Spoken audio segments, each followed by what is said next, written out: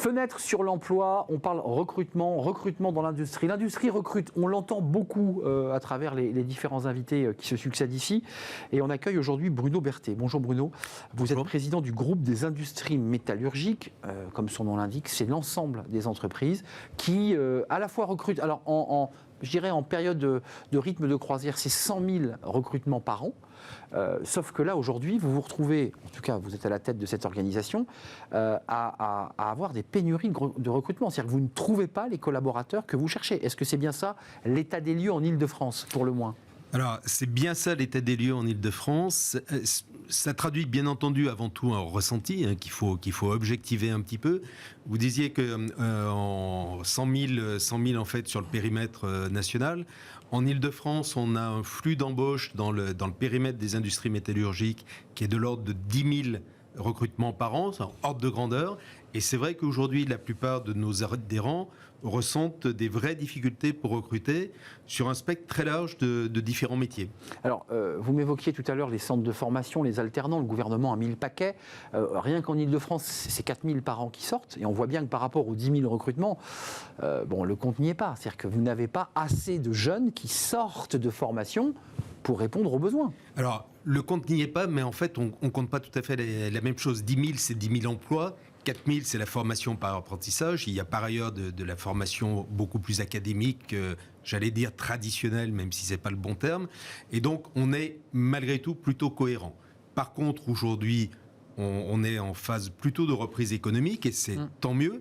Et il y a une vraie tension sur l'emploi, encore augmentée par rapport à la situation qu'on connaissait avant le Covid. Alors, on va parler d'un débat sur les relocalisations des industries, parce que c'est le grand thème depuis presque 2 ans. Le président de la République l'a évoqué, à l'aune d'ailleurs de la crise Covid, puisqu'il évoquait de relocaliser nos industries pharmaceutiques. Mais parlons un mot quand même de cette semaine de l'industrie, c'était la semaine dernière. Là, c'est quand même une semaine intéressante, parce que là, on touche du doigt le rapport entre l'entreprise, l'industrie et l'éducation nationale. Allez voir les jeunes, allez leur parler des métiers, mobiliser les profs et leur dire, non mais je vous vois sourire, il y a des beaux métiers dans l'industrie. C'est quand même pas rien, parce qu'il y a parfois un fossé qui sépare l'éducation nationale avec certains métiers de l'industrie. Je dis pas de bêtises. Alors, vous avez tout à fait raison. En tout cas, à nouveau, c'est bien le ressenti qu'on peut avoir. L'industrie, en fait, pâtit d'une mauvaise image, même si elle est en train de s'améliorer probablement petit à petit. Il y a eu des années pendant lesquelles la vision générale qui était projetée en France était de dire qu'on ne ferait plus que du tertiaire, que l'industrie, c'était pour les autres. Après avoir un peu déserté les mines et l'agriculture, on allait déserter pour faire l'industrie, pour ne faire que du tertiaire. On en revient aujourd'hui parce que l'industrie, c'est vraiment la base de la production, c'est vraiment la base de la vie économique. Et donc, il y a un regain d'intérêt aussi bien parmi les politiques que dans la population. Notre souveraineté, autorisez-moi, c'est aussi une notion de souveraineté, l'industrie. Alors, il y a une notion de souveraineté. Je pense que beaucoup de personnes ont touché du doigt cette notion pendant la crise du Covid.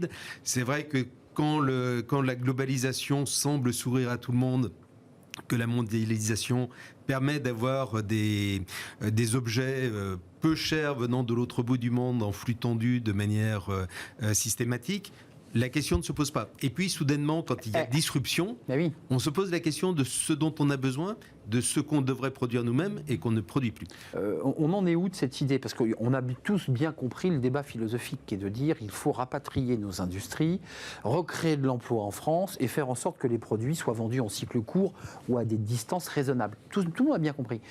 Ça marche ou pas dans les faits ? Est-ce que réellement on arrive, pour des raisons de coût du travail, de coût de production, est-ce qu'on arrive à les ramener, nos entreprises industrielles ? Alors, je crois que dans beaucoup de cas, on aura du mal à ramener les entreprises. Par contre, il y a un vrai enjeu, c'est de limiter la poursuite de la délocalisation. C'est-à-dire qu'il y a un constat, aujourd'hui, il peut y avoir des tendances. Si déjà on conserve en France, si on consolide ce qui est resté en France en le gardant en France, c'est déjà un grand pas par rapport à la tendance d'avant. Ah oui, il faut sauver les meubles, vous nous dites, attention. C'est un peu plus que sauver les meubles quand même, parce que justement cette crise du Covid a comme intérêt d'avoir fait mettre le doigt sur la notion de souveraineté. Et donc l'autre sujet, c'est d'identifier sur le panel global des productions potentielles ce qu'on doit garder, ce qui est réellement souverain, ce qu'on a besoin d'avoir en France, ce qu'on est prêt à financer pour être rapatrié. Par exemple, dire que certains médicaments indispensables doivent être produits en France, même si on les produit plus cher pour différentes raisons, il y a une décision.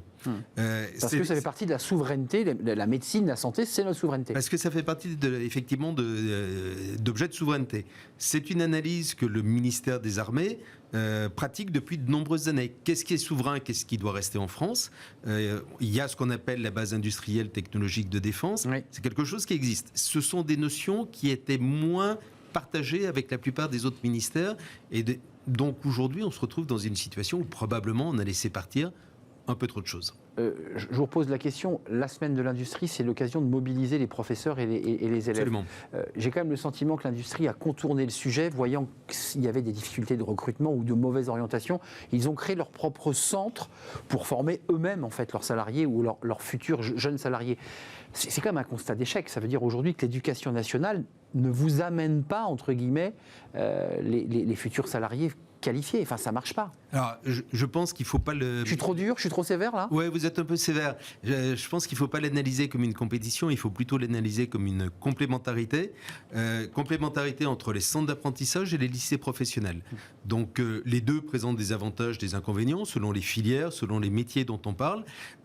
En fait, cette semaine de l'industrie a plutôt pour vocation à donner de l'information, à montrer aux jeunes et à leurs professeurs et à leurs parents les avantages de l'industrie, les convaincre qu'aujourd'hui une usine n'est plus celle que l'on connaissait au temps de Zola. C'est vrai. Et que l'industrie 4.0, c'est ce qu'on appelle la 4.0. C'est l'industrie 4.0 qui en fait emploie des personnes très qualifiées, avec des rémunérations qui sont à la hauteur de leur qualification, donc souvent sensiblement meilleures que dans d'autres secteurs d'activité.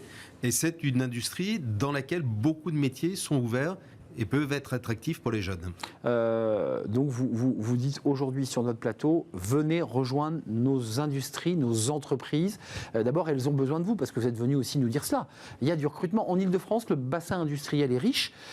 C'est quoi la répartition? C'est plutôt de l'industrie lourde, c'est plutôt de la médecine, c'est plutôt du pharmaceutique. C'est quoi la répartition avant de nous quitter? Alors, j'aurais du mal à vous répondre directement, parce que moi, je connais surtout la partie métallurgie. La métallurgie, quoi. La métallurgie, il faut quand même avoir en tête que l'Île-de-France représente 8% du global de la France globalement. C'est-à-dire quand même ça pèse de manière très significative. L'Île-de-France est la région la plus industrialisée en France.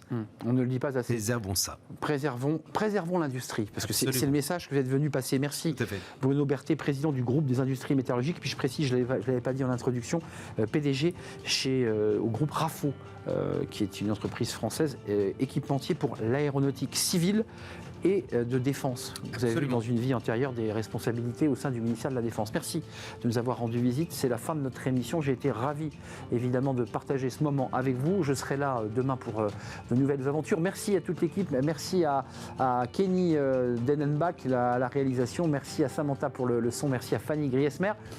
Merci à Margot Ruot. Portez-vous bien d'ici là, puis restez fidèles à tous les programmes de Bismart. Bye bye.